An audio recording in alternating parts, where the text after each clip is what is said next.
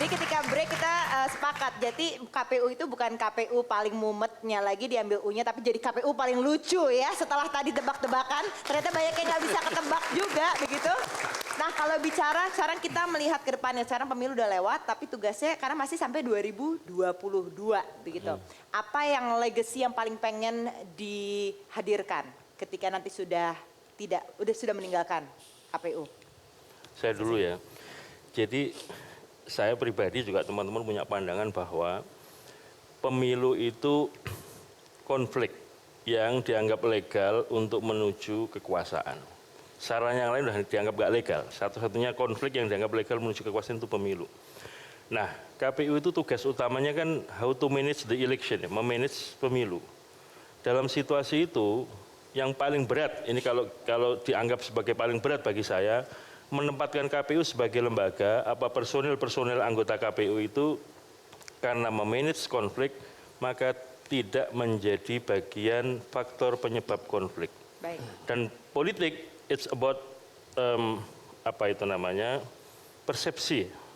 Maka bagaimana kami di publik itu harus dipersepsi baik, tidak dalam posisi agak ke kanan, agak ke kiri, pilihan baju, senyum itu jadi, makanya yang ke depan, walaupun ini berat ya, tapi harus kita jaga supaya KPU ini sebagai lembaga yang memanage konflik, memanage pemilu, itu dalam posisi yang pas. Baik, Mas Arief? Saya selalu berpesan kepada KPU Provinsi, KPU Kabupaten Kota, dalam menyelenggarakan pemilu, perhatikan 4 hal. Yang pertama, transparansi. Jadi Anda harus bekerja dengan transparan. Yang kedua, integrity, persoalan integritas. Yang ketiga, accountability. Dan yang terakhir, quality. Jadi 4 hal ini harus kau pegang dalam menyelenggarakan pemilu. Kalau bisa dijalankan semua, insya Allah pemilunya baik. Dan saya selalu pesankan, jangan kau biarkan generasi yang akan datang menyelenggarakan pemilu dalam kondisi lemah.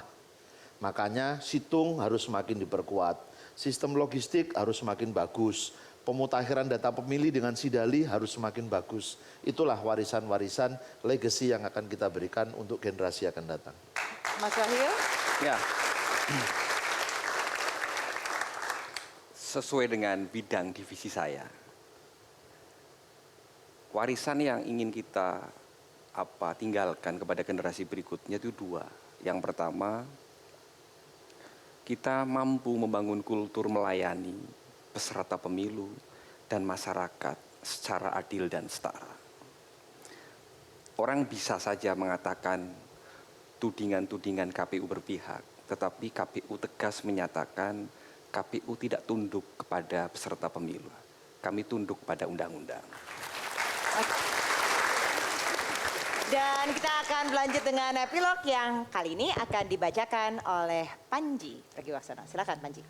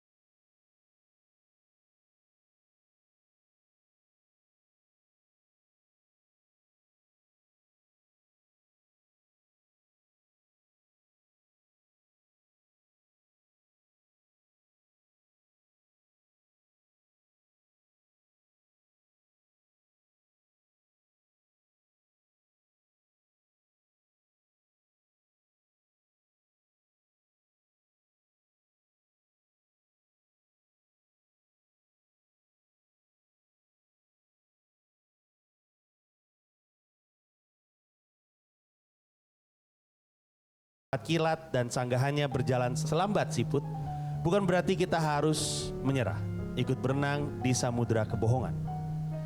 Tidak boleh larut pada serbuan hoax yang pada tingkat sosial mampu mengalihkan masyarakat dari masalah sebenarnya, dan pada tingkat yang paling parah bisa memicu perang saudara bahkan pembunuhan massal seperti yang dialami Rwanda. Tak ada kata lain selain menghadapi dan melawannya. Berpikir kritis wajib menjadi jalan hidup di Indonesia sehingga hoax kehilangan kekuatannya di masyarakat. Sistem pendidikan nasional harus mengedepankan nalar sehat sebagai titik tumpuannya. Hanya jika nalar sehat berkembang, berpikir kritis menjadi sesuatu yang tumbuh alami. Dan bersama-sama mengubur budaya gosip, mudah menelan mentah-mentah segala gunjingan. Untuk semua itu, Indonesia harus menjadi milik para pemberani, dan puncak keberanian itu tegak membela kebenaran dengan resiko apapun sampai kapanpun. Terima kasih kepada para komisioner KPU yang sudah hadir bersama kami di sini. Kita akan kembali lagi di minggu depan di waktu yang sama. Yuk kita foto dulu.